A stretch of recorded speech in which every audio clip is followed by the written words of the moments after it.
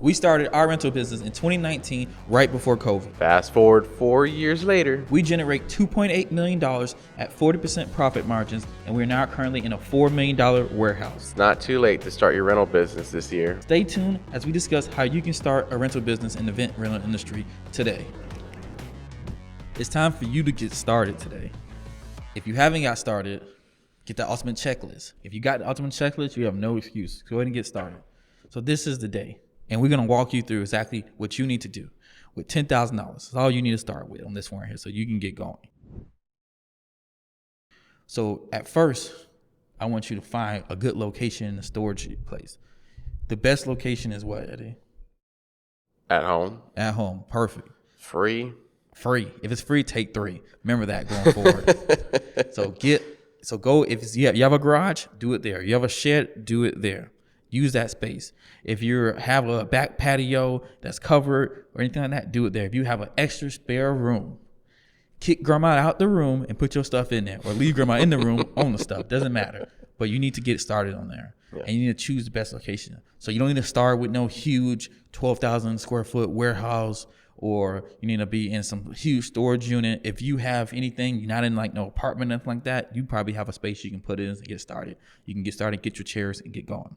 So that's the first thing. Now, if you are in an apartment, then you have a couple options. If your apartments offer, what do you call it, like the garages? Yeah, like the bottom level garage. Yeah, if they offer the bottom level garage and it's cheaper than a storage unit, you need to look at that. Or if it's in a 25% range, because if your storage unit is 5 miles away from your house, you're less likely to go over there than to take 5 steps down and go to it. So that's kind of the general flow of that, because basically Eddie started in his garage. He basically used half the garage to get set up and get started. I started in a storage unit. It was a 10 by 10 storage unit, and then as we worked together, we built into what we got into. But we never was we didn't go outside of that area until we already was making over $20,000. Yeah, you can make really good money and just using those systems, a storage, your own space, and kind of walk from there. You don't have to get no huge warehouse or something like that for now. But that is something you want to get in the future.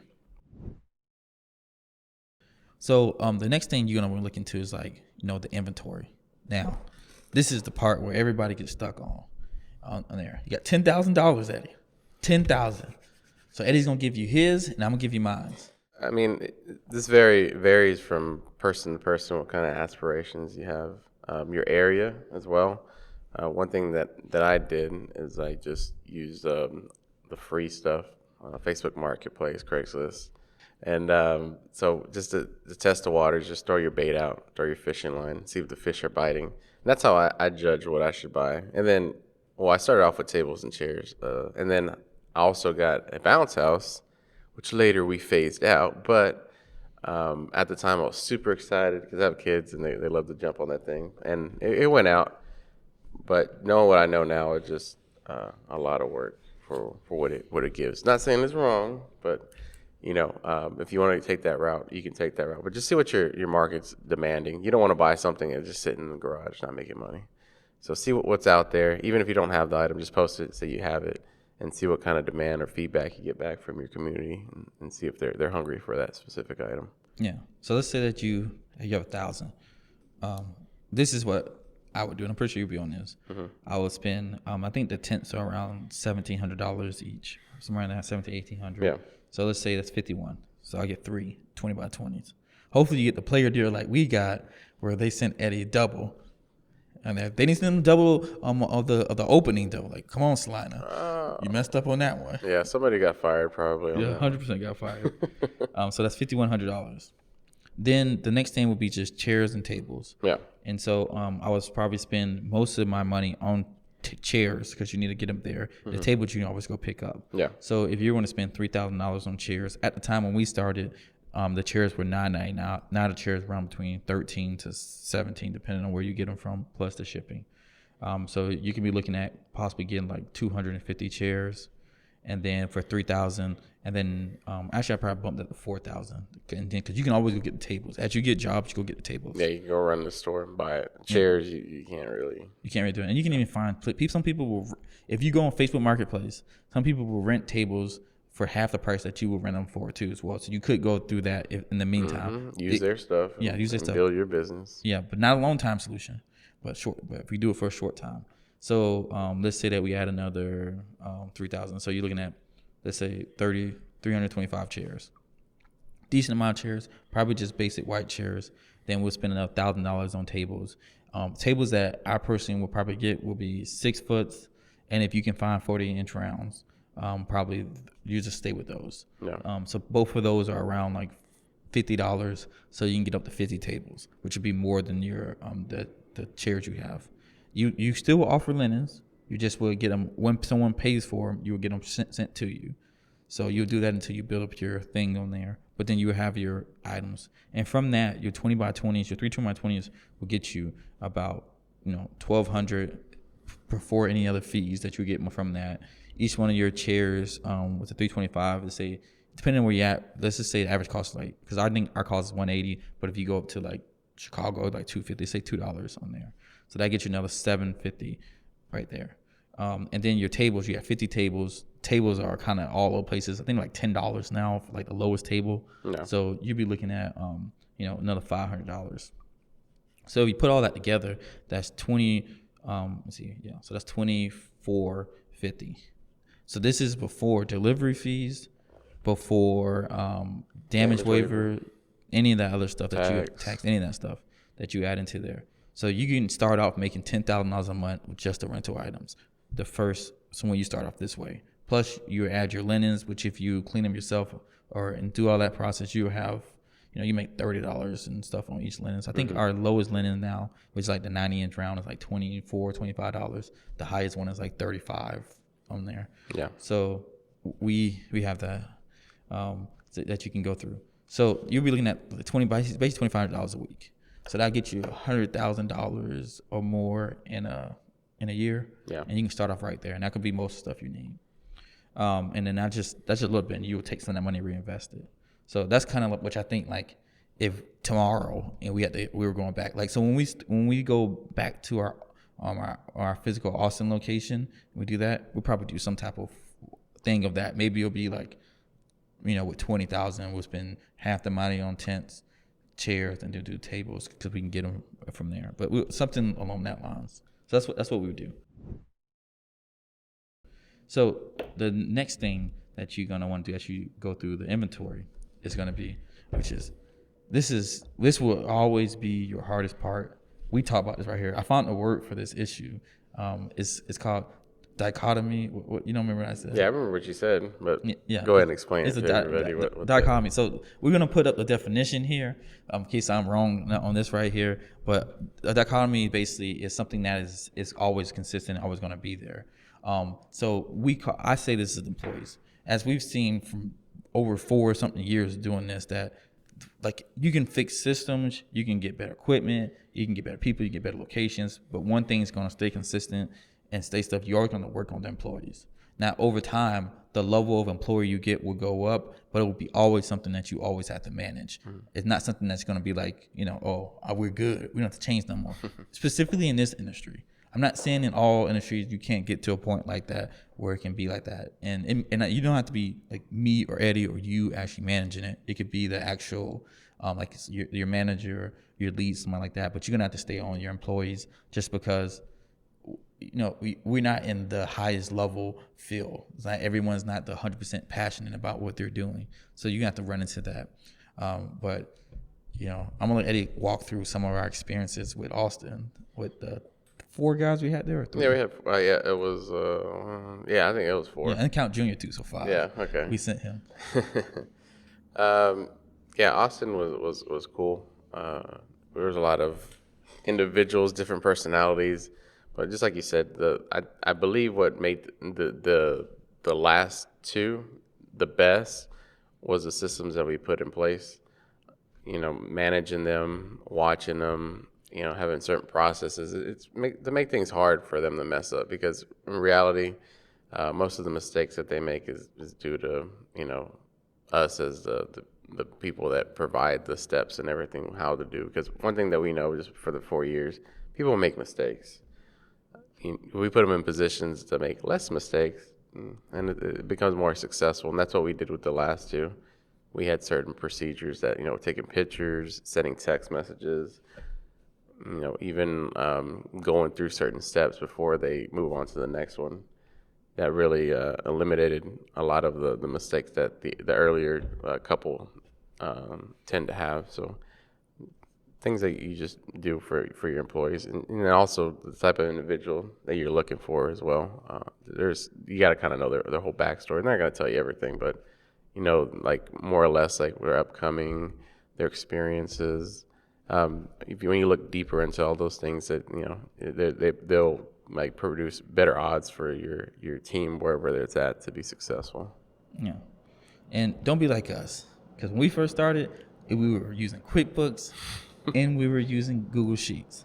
But now you can use software like RENTLE, and this is your rental management software. It does the inventory management. It goes through and you can do all your sales, pay everything, automatic booking, beautiful website as you see right here. So like really looking at RENTLE is our partner that we work with, and to be honest, I don't know if we would have built our software at the beginning if RENTLE would have been there, because we tried some runs, but the site didn't work the way it's supposed to be, and this really like helped us. Like this, like you know what I'm saying, like this changed everything for us.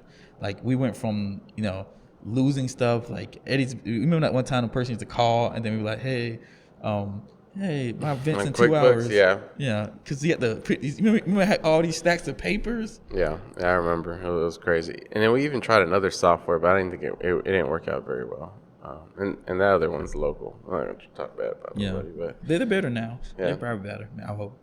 Yeah, but what's the one thing that I remember you had a mentor tell you about pieces of paper. Oh yeah. So this is my career is I guess growing into professional. So I write everything in notes because, as everybody knows, I forget a lot of stuff, or at least the people around me know that I'm very forgetful. So I write notes all the time. And my mentor came and said, "Hey, what's that?" And he's like, "Oh, this is all the stuff that I'm about to write in to put in the system." He said, "Okay, why don't you just put it straight into the system?" It's like, "Well, I like to do this because that way I can grab more." And that was my theory on the whole thing. He said, "Okay." He's like, "So that's where you keep all the information?" And I was like, "Yep." And he grabbed it and balled it up and threw it in the trash. He's like, now what are you gonna do? You just lost it." I was like, "Well, it's in the trash." He's like, "No, you lost it. Now what are you gonna do with all the information that you're supposed to put in the system?" So, long story short, one thing that I learned right then and there is if you put it digitally, if the building burns down, you can access it from a cloud anywhere. So don't try to, if you're in that habit, just try to move on and put everything in the computer. That way it can be accessed by everybody and anybody at any time. Yeah, because I know in ours, a lot of those QuickBooks papers disappear somehow, some way. And I don't know how. Dog ate it. Yeah, dog ate it. The fish ate it. Yeah, right. Mark. Oh man. But the next area is like the area that I probably loathe. I think that's the right word. The opposite of love. Yeah. But not trying to say hate. This area right here is a tough area that you really need to work. We actually worked with a client on this recently. CJ, shout out to CJ out there. We see the new Black Ops that you got. Yeah. But let's go into vehicles and tools. Yeah. And these are like areas that because Eddie worked at Ford Motor Company. You gotta know that. I know we don't say it as much. He actually don't say it as much, actually, surprisingly. So for you guys earlier in the podcast, Eddie say that all the time. I haven't heard you say it in a while. I'm trying to not say it as much. But let's go through vehicles. Like, what type of vehicle should you get? What's the minimum? What's the no-goes? How's that work Well, one thing that I think we know for instance, I remember there was a point in time you and me were like, let's get a Ford Ranger. I think that was me, and you were like, no, from the start. Oh, I was like, whatever. Sometimes, the best lessons taught are the hard ways. But anyways, we were like, let's get a Ford Ranger. And, I think it was like one of those things God's like, no, I'll get a Ford Ranger. Because every Ford Ranger we looked at were like crazy. And like, what? And like, this thing has been wrecked and like, salvaged and they put back together. It's like a Frankenstein. So it's one of those things we try to leave yourself room to grow. If we would have got the Ford Ranger, we would immediately need to switch out to a bigger vehicle. So leave yourself room to grow. So now what we do is we buy heavy-duty trucks. If we do buy a truck, usually like F350 or 3500. It really doesn't matter the brand. So anything you want to do, just something that you can grow into. Because one thing is, as your inventory grows, your order size are going to grow, and that equivalates to weight. And the smaller vehicles, the transmissions, the engines, if they're not designed for that weight capacity, then they start to struggle and they start breaking down a lot faster than they should. So that's one thing that I would say for vehicles. You just want to have room to grow. Yeah. There's a lot of 250s, the 2500s that you can buy around like $13,000 to $15,000 that are pretty good work trucks and stuff. Yeah, just like the white fleet trucks. Everybody has those. Yeah. Yeah, those work out very well, and just throw a trailer on there. Your trailer, as we've seen, because when Eddie had the gray one, it doesn't have to be brand new. The newer it is, obviously, the better it is. But the trailers are kind of, you can buy used. The trucks you can buy used, but like you said, I don't know if we didn't have newer vehicles that was of the 150 series and the 1500s, it would have worked out. I don't know about buying an older 1500 and then putting it into this type of work where it's not built for it. Yeah. Stuff is not going to work out. I mean, we've seen that. Even like the Ranger, to be honest, would it be, if we would have got the Ranger now, we probably would still have it. I would say that, but I don't know what it would specifically do. Maybe it pulled a little trailer. I know what it would do. It would be a little errand runner. Just run little errands, or, I forgot a table. Here, throw that table in that bad boy. Go deliver that one table. That's pretty much all. I would think it would be. I guess you got to go set the tents. Or go get linens. Help stuff out. Yeah, exactly. Yeah, I can see that. So who knows? Maybe we might get a Ranger in the future. But generally, you don't have to go super brand new, and we talk to everybody about that because these are going to be work trucks. Now, when you get to the stage, when you get closer to $5-10 million, then like you can get the credit lines to go buy them brand new. And then what do you call it when you do it? You'll it's kind of like leasing it, but you'll just sell them every 2 years. Oh, okay. Or what's the process on that? So they have fleet leases as well. Yeah. Where they'll give you a fleet, and then the cool thing about those, they'll have maintenance plans already built into it. So after you hit certain intervals, you'll send it in. It's all part of your monthly payment. So look into those. There's a lot of good ones out there like G Fleet. There's a whole bunch of them. Just don't do the aftermarket, people, because they was hitting us with some numbers that were crazy. It's like twice as much of what the other ones would have been. But another good thing is to get insurance on your vehicles too. If it's used, you can get used car insurance. Just make sure you understand what they're selling you. Another thing, make sure the warranties, right? Yeah, the warranty, and then what is it? Third party, yeah. But the only thing Party? is, because here goes the Ford Motor Company experience. So, one thing is to take note is if you have your vehicle wrapped or any kind of advertisement, it's considered a commercial vehicle. So if you do buy a third party warranty, read your contract because a lot of those say commercial vehicle excluded.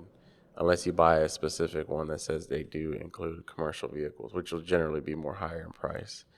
But if you have something like a magnet or something, just take it off before you go send it and get repaired. That way, it won't say it's a commercial vehicle. Yeah, maybe you should get the magnet. Everybody should get the magnet. Yeah, because they send out inspectors, and they take pictures like, oh, this has been modified, or oh, this is a commercial vehicle, just because of like little indicators that they'll do anything they can to deny the claim. So if you do go that route, just be aware of that. Yeah. So let's go through a couple of different maintenance of when they should do it regularly. I know everybody's different. Oil changes, like every quarter, every month, quarter. It depends on the miles, really. If you're putting in a lot of miles, you would do it every. It depends on the vehicle. So if it's a brand new vehicle, you can do it like every 5,000. But if it's like an older vehicle, you want to do it more regularly. So like 3,000 miles, somewhere around there. But use a full synthetic too. I preach that, and I mean, right now I have a truck out there. I bought it brand new. Been using full synthetic oil on it. Mobile 1, I believe, yes. And it has 240,000 miles on it. That bad boy's still ticking, and this thing is, I mean, even to this day, like I take it everywhere. It goes to Florida and back. It goes to Colorado. It's been all over the place. It's been to Miami. Picking up packs and stuff like that. Not just playing. No packs. Yeah. No, picking up the tents. Remember, that's where we get our tents from. So I've been over there multiple times, and I've used nothing but full synthetic oil. So just pay a little extra, and it's gonna prolong the engine life on that bad boy. Yeah, alignments. Oh yes, you're gonna need alignments because with a lot of weight and you hit bumps, it's gonna throw the alignment out of whack. So on that, if you go like to Discount Tire and you buy your tires from them, they'll balance it for free, and they'll even like tell you like, hey, it's having a little wear. If you see a little wear on the edges, then you want to kind of get it done. But me, I'm kind of I don't do, well, like I said, I used to be a service advisor, and I don't really do like the what's it called? What is the word? I'm trying to think. Preconceived? No, not preconceived, but like preventative. There you go. Preventative maintenance. I like to kind of see if it needs that, because one thing they always told me, like, don't fix something if it doesn't need to be fixed. So on the alignment, I mean, you can wait or you can kind of keep an eye on it, but for the most part, if you do it like, I don't know, 2 times a year, you'll be fine. To be honest with you, it'll save you on the tires. But just watch your tires. You can see the front. The front one's the main one you have to watch. If your edges are starting to get kind of bald looking, then yeah, you need alignment. But those are things that you can always have checked by somebody. Okay, tune up. Tune up. Oh, that you're good. Like for the most part, you'll do that like every 100,000 miles. Oh, 5 years to 100,000. Okay. So unless you have a turbocharged vehicle, then you're gonna do it every 60,000 years. 60,000 miles. I was like, what? Blew my mind with that. Okay, so what about what do you call that one thing that you have to do sometimes? No, that's on a Texas thing. That's a state inspection. So never mind. State inspection? Oh yeah, you do that when you need to do that. But the main thing is you want to make sure your engine and your transmission, that's your main thing. Oh, and your rear end. But if you have heavy duty vehicles, they should be able to take the abuse.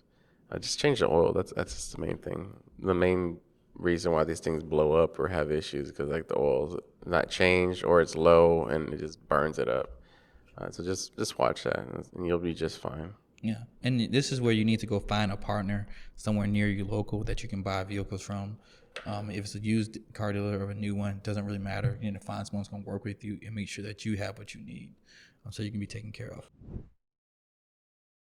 So this is the last segment. So now we got our F-250, the Ford 250, F-250, and we got all our equipment, $10,000 worth of equipment. We're doing it inside of our house.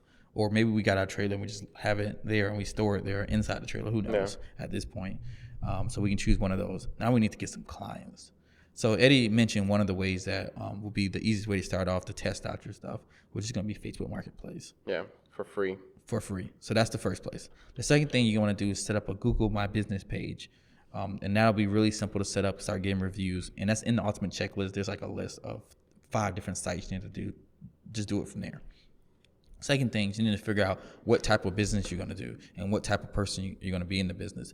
If you're going to go, if you know something about ads and you can run that route, there's Facebook and there's Google ads. Google ads is going to be more intention based. Facebook is going to be more discovery based, and which can be more interest. So you have to choose which one works out best for you.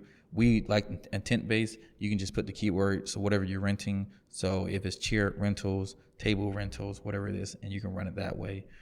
If you're doing Facebook, you need to find people who are going to be having parties or throwing parties and kind of more of awareness standpoint. But as we've seen, you still can get clients on there and it'll work out and it comes out pretty well. So that's the first thing.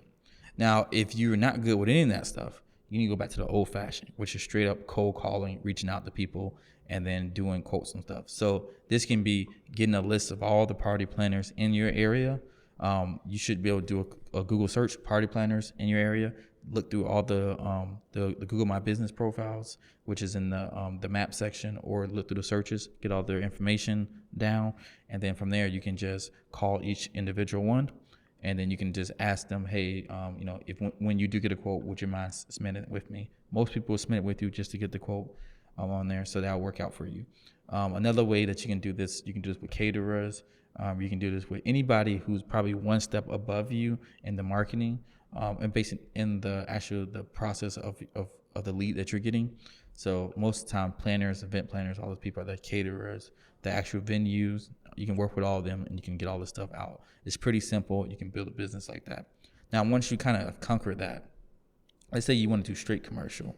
Now, on the commercial side, if you have enough tents and enough stuff in there, you can just call up each business and you just offer a packet of what you offer, and then you can work that way. And basically, it's not going to get you jobs immediately. You might get 1 out of 10 of some stuff might just come up, but most of the jobs are going to be in the future that you can work on. And those commercial jobs are very valuable because they're usually recurring and they're repeatable and they're less price sensitive on things. They just want the stuff done right and want them to do none of the stuff themselves. So if you know that a business is doing 3 or 4 events each year, you can go talk to them and be their main provider, and you can work with them.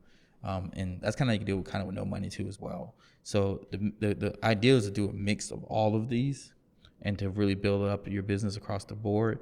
And also too, like, you need to be doing best work. Your best marketing is your work, and which is going to be, which we have under 4 keys of success, which is going to be being on time, having things clean, doing what you say you're going to do, and just doing those things in the 4 keys. That's going to really build everything off from a marketing standpoint. And then once you get messages of emails, get your social media going. As you see, like TNWCRs, we start recently doing more on there. It just gives people ideas, get people back in the mindset, okay, yeah, Keller Rentals, let me come back and work with them, and kind of building that out.